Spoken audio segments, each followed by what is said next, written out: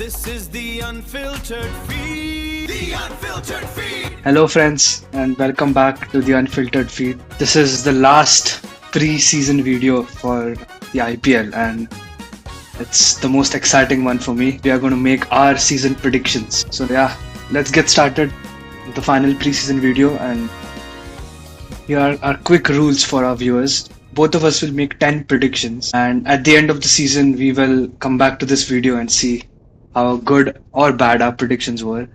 And if any of our predictions are spot on, we both get 2 points. And if we are wrong, then the closest prediction will get 1 point. And I would like to encourage all the viewers to also make their predictions in the comments. We'll obviously read all your predictions, and if one of you is right and gets a decent amount of points, we'll give you a shout out during our post-season video where we'll analyze our predictions. So let's get started with the first prediction. So it's the orange cap. So let's see what Ved has predicted. Virat Kohli. I think when you are in doubt, always go with this name, and that is what I have done. I think he's been in terrific form for quite a while, so it's kind of a default option for me. Yeah, I think he's won 2 orange caps previously, so this would be a record-breaking third one if he does. I've gone with Yashasvi Jaiswal, and this could be quite a controversial take because he's not anymore the poster boy of RR. That is now Vaibhav Suryavanshi. And I feel that's precisely the reason why Jaiswal will be extremely motivated this time. Because you can see that he's lost a bit of, I would say, respect, because he's no longer the star batter. He's no longer the captain as well. I think he must be expecting, or he was expecting to be the captain. So I think all these factors, along with the fact that he's nowhere near the Indian T20 team, these factors should kind of boost the fire inside him, and I think he'll be excited to score a lot of runs. Okay, so let's move to the next prediction. It's the purple cap, and I'll go first now. My prediction is Jasprit Bumrah. I think there's no real clarification or justification needed. I think even last year he came into the tournament midway. I don't think he was playing right from the start, and he already was in the purple cap list. I think he was the 6th or 7th highest wicket taker. So if he's going to play from match 1 and looking at the form he's shown in the World Cup, I think Bumrah could be a great contender. And he hasn't won a purple cap before, so it would be nice for him to complete the crown of bowling in cricket. Yeah, I think he is similar to what Virat Kohli is in terms of orange caps. When you are in doubt, always go with Bumrah. But I wasn't in doubt, and I have gone with Arshdeep Singh as my choice. I think wickets don't really determine your impact in the game as much as runs at a decent strike rate do. But I feel a lot of times it's the death bowlers who get most of the purple caps. I've seen Harshal Patel get 2 of them, and in one of them, I think nobody even noticed that he got the purple cap. And even last year, I think Prasidh Krishna got it, but no one really remembers it because most of those didn't come as an impactful volume of wickets. So I think Arshdeep in the death will come in and swoop in wickets. Though he is impactful, but I feel he bowls in the death, so he'll get more wickets. Yeah, I think these two are some of the best bowlers for India. Arshdeep, I think, is India's overall T20 wicket taker. I think he's the highest. So yeah, it would make sense to pick these two. Now it's time for the third prediction, and I'm excited for this one because the game has moved towards prioritizing sixes, which is why I've included this prediction. So let's see what you have gone with. Yeah, Abhishek Sharma. I've not gone with him for most runs this time, but his number of sixes per innings is just unbeatable. Even if he plays 10 to 12 balls, I think he can easily hit 3 or 4 sixes every game. And with the power play, I think he has more liberty to go up and over. And the grounds are small, pitches are flat, so I think he will hit the most sixes. Yeah, that's a very conservative prediction because I think he was the third highest six hitter last time, even though he didn't have the best season. So if he has a better season, then he could definitely go for it. I've gone with another Sharma. This time it's Rohit. I'm really hoping that just like Virat, the freedom of not playing all formats for India will liberate him and make him enjoy his T20 cricket. Plus, he's looking a lot fitter now, so I hope he can sustain those longer innings, which is something that we haven't seen from him. And I'm expecting and I'm hoping that he has a good season. And if he has a good season, that means he's going to score tons of sixes, which is why I've predicted him as the most sixes player for me. It's a very dangerous thing to predict with Rohit Sharma and the IPL because how I've never seen him perform in the IPL. Even his best years are capped off at around 400 runs. So I'm interested to see how that one goes. Yeah, but to be fair, the last two seasons he's scored 400 plus at a strike rate of 150. So it's not all bad, but I hope he can get close to 600 runs this time. So let's go to the next one. This is I think the toughest prediction to make because the MVP is usually decided by a council of umpires at the end or commentators, and it's very difficult to know what criteria they're using. So let's see who I have gone with. For me, it's Jasprit Bumrah once again. I think in Indian cricket, he is the most valuable player right now. Yes, you have the likes of Abhishek or Ishan Kishan or Sanju Samson, but without Bumrah, I don't think India are doing as successfully as they are right now. And I think that's the same case with the Mumbai Indians. There are reports that Bumrah still hasn't arrived to the Mumbai camp, and I'm already starting to see so much panic amongst the MI fans. Even though all their superstars have arrived, without Bumrah, I think the MI team loses half of its strength. So he is my most valuable player. I've gone with Abhishek Sharma again, and this is my thought process here because I think all rounders generally have a better chance, or if one of the batters or bowlers has an outlier season, then they end up winning it. So I think in this tournament, because of the impact player rule, there aren't many all rounders left, anyways. And the ones that I considered were Akshar Patel, who I don't think is that it doesn't give you both the departments, and then Sunil Narine is gone past his prime, and a few other names, but I felt that Abhishek Sharma will have to bowl a bit this time as well because they practically don't have any spinner. So that's why I've gone with Abhishek.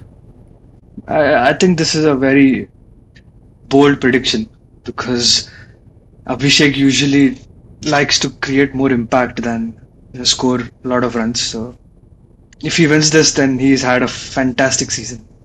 So yeah, let's see what happens. Hello Bhogle.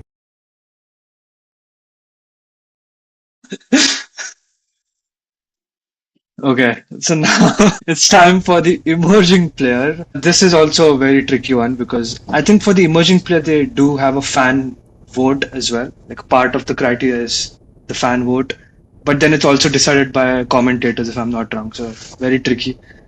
So it's your turn. Who have you gone with? I've gone with Karthik Tyagi, and I'm genuinely a bit surprised myself with this prediction, but I think I saw him in one of the practice games and I've been following him. He has remodeled his action, and initially I wasn't quite sure, but now that KKR are deprived of bowlers, I feel that he'll be able to start in a couple of games at least, and I think that is enough for him to show how good he is, and then he can hopefully get a longer run. I think with his remodeled action, he has still managed to keep the pace up, which is what impressed me the most. Honestly, I'm not even sure what the criteria for the emerging player is because I saw Sai Sudarshan won it as recently as last year. So I think it is difficult to predict this one as well. But even if he doesn't end up winning the award, I feel he's going to be one of the youngsters to watch out for. Yeah, I think the criteria for emerging player, I checked it yesterday, and the criteria that I saw is the player needs to have played less than 25 matches less than 25 IPL matches at the start of the season, or less than 5 ODIs or Test matches, which is why I think Sai Sudarshan won, because I think at the start of last year he hadn't played 25 IPL games because he only came in 2024 as a full-time player for them. Yeah, I think he played in 22 a few games. In 23, in the final, he played a great knock.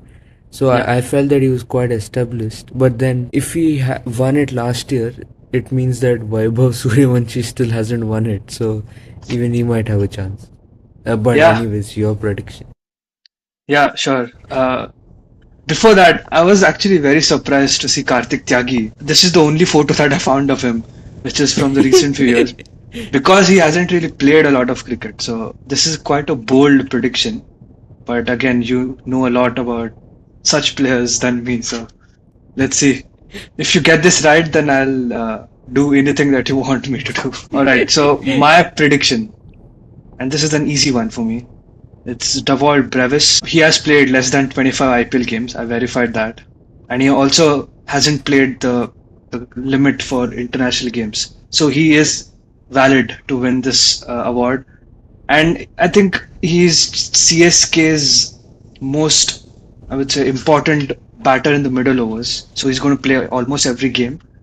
And I see him doing very well based on his performances last year. So he could be in the reckoning. Obviously, you have other candidates like Vaibhav Suryavanshi, but I think Brevis also has a good chance. Yeah, I think I would like to see the IPL reconsider this award, to be honest, and maybe change the criteria to someone who's playing their first IPL season, because I think IPL is a big enough league now that it can have its own criteria and not depend on how experienced he is at the international level, because obviously most Indians are going to be more experienced playing the IPL than they are playing international games. So I feel your debut season should be the criteria, because that will make it a bit more interesting. Yeah, I agree. So yeah, let's move to the next one. And from now on, I mean, so far we had individual awards. From now on, it's a team prediction. So the next one is the most improved team. So for the viewers, the way we are going to calculate this is we compare the finishing position in 2025 versus 2026, and then we'll see which team improved the most on the points table. So I'll go first, and my prediction is Rajasthan Royals.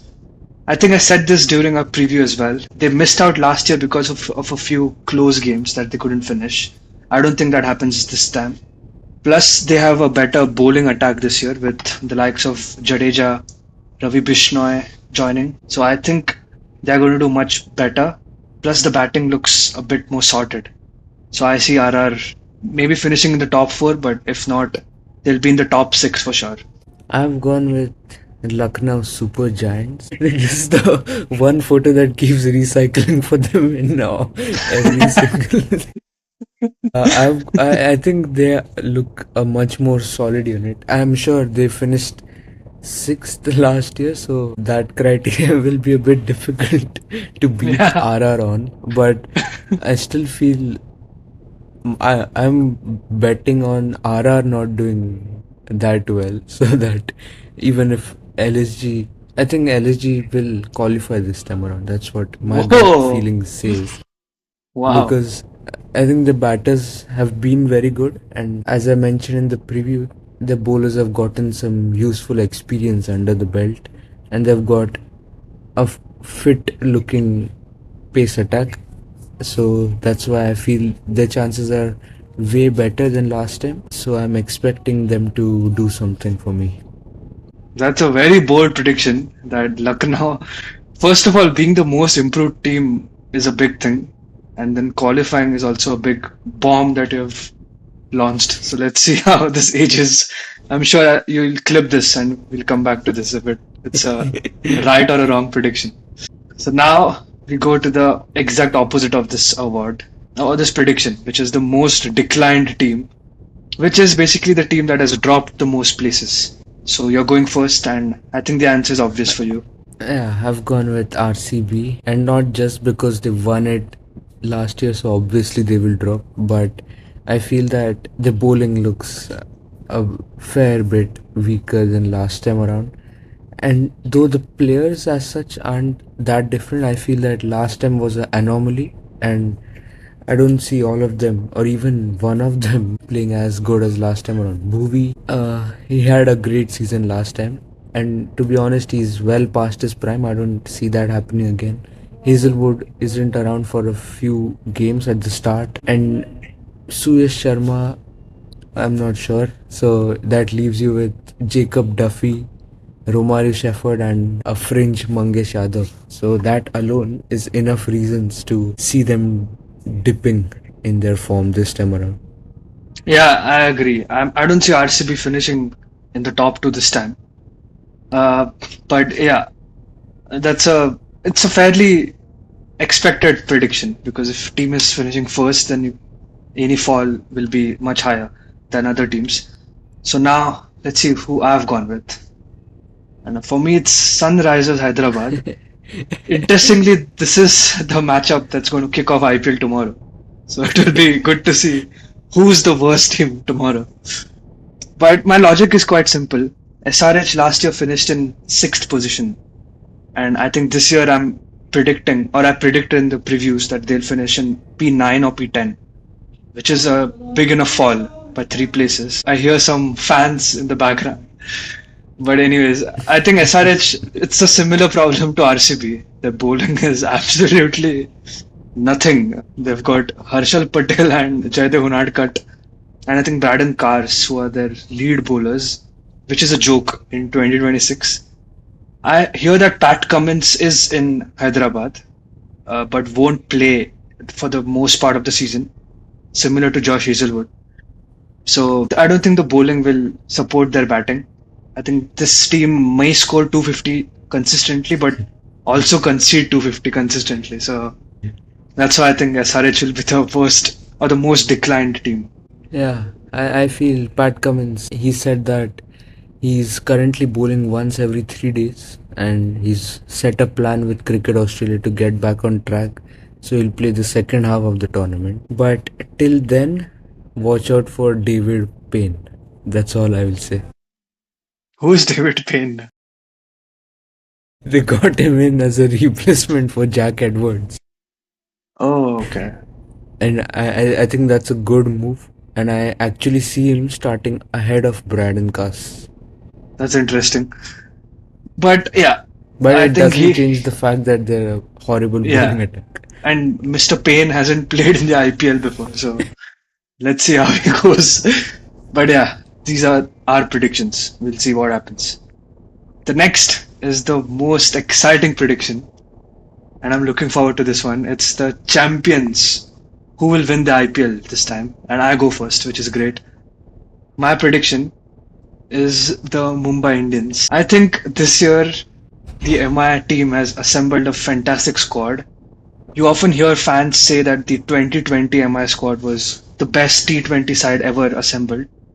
But I think this year's team is a notch above that because they've got so much experience in the bowling, in the batting, and everybody's in form, which is very important. So I think Mumbai Indians will have a very good season. The only difference from 2020 is that all the other teams are also as close, and the margin of level or the quality between teams is quite low. So they'll have to play good cricket, but I'm going to back them this time. Yeah, that is not what I have gone with. I'm gone with the Punjab Kings, and I I don't know. As a team on paper, I'm not that sure, but it's just my gut feeling that they will one up themselves from last time, and I can kind of imagine that happening because Shreyas Iyer is a very strong character and he's got a fairly settled unit and he's got a chance to prove himself yet again after success, which is very rare for him, as we talked about before. So I'm looking forward to that, and I think they've got a fairly stable team and inform team. So I think their chances look good, and just yeah, we'll talk about the finalists, but I feel it's going to be very close between Punjab and MI. Yeah, I was also close to picking Punjab, but I'm just not sure about their local Indian batters doing well. because last year all of them were exceptional. We had, I think, Priyansh Arya, Prabsimran, Shashank, and Vadera. So that's a big expectation. So if they do well, then Punjab will do well, right? So let's go to the runners up, and you're going to kick us off. And I think I know your answer. Yeah, I've gone with Mumbai Indians here. They are obviously a super team, and if they don't end up winning at least one trophy with this team, I think it would be a travesty for them, because Choi? this has to be one of the best 20 teams ever, and this is across leagues. This can compete with the Indian T20 side right now. So Yeah. they definitely deserve to win, but this time, no. This is the worst prediction you could make when I'm around because as a MI fan, I would rather not have them in the finals instead of losing the finals because that's very painful. Like Punjab fans would have known from last year. I've gone with Gujarat Titans. I think this team is going under the radar. Even in our predictions, we didn't really give them much Nothing new chance. for them. Yeah, exactly. But yesterday I was going through the squad again, and it actually looks like a decent balanced side with great bowling and a solid top three. So I think they are going to have a great season just like last year, and silently they'll come to the playoffs and maybe make their way to the finals. And I'm expecting a Mumbai versus Gujarat final, which will be epic to see. Yeah, and I hope this time we have a close final. Though last year was pretty close, I think 24 wasn't that great. So a last ball thriller like 2023 would be perfect. Yeah, and I hope it's not at Ahmedabad, although it's quite likely that it will once again be there because of Chinnaswamy. So let's go to the final two predictions. Oh, the final prediction, sorry. We have already done nine, and this is a surprise one. It's our one crazy prediction. So this can be anything. You could basically say that 300 runs will be scored, or you can also just make any vague predictions, like the IPL. It will be shut down midway. So this gives you complete freedom. So let's see what Ved has gone. No, it's me. So my crazy prediction is that a top two team will not play the final. I know this doesn't sound as crazy, but if you look at the last 10 seasons, it's only two times that the top two teams who qualified in the top two in the league stage haven't gone on to play the final. So usually the pattern is that the top two teams play the qualifier one, and then the loser of qualifier one wins the qualifier two and goes back into the final. I don't see that happening this time. I think someone from P3 or P4 will make it to the final. I think that has happened just once I think it happened in in 2016. 2016 and then in 2021, where Delhi, who finished at the top, fumbled and bowled out to KKR. So it happens Yes, every 5 years. So this is the perfect time. actually, yeah. So let's see if yours is crazier than mine.